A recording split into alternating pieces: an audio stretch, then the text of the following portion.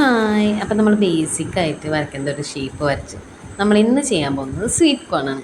അപ്പം ആദ്യം നമ്മൾ ബേസിക്കായിട്ടുള്ള ഷേപ്പും എങ്ങനെയാണ് അതിൻ്റെ സ്ട്രക്ചർ എന്നുള്ളതൊക്കെ ഒന്ന് വരച്ച് കൊടുത്തിട്ടുണ്ട്. അത് കഴിഞ്ഞിട്ട് അതിൻ്റെ ബാക്കിയുള്ള പുറത്തിരിക്കുന്ന ആ തൊലിയില്ലേ ഒരു ഗ്രീൻ കളറിലുണ്ടാകുന്ന അതൊക്കെ ഒന്ന് ചെറുതായിട്ട് അതിൻ്റെ സൈഡ് മാത്രമേ നമുക്ക് വരണുള്ളൂ. അതൊക്കെ ഒന്ന് വരച്ച് കൊടുത്ത് കംപ്ലീറ്റ് ആക്കിയിട്ടുണ്ട്. അത് കഴിഞ്ഞിട്ട് നമ്മൾ അതിൻ്റെ അകത്ത് സ്വീറ്റ് കോണിൻ്റെ ആ ഭാഗമാണ് വരച്ച് കൊടുക്കുന്നത്.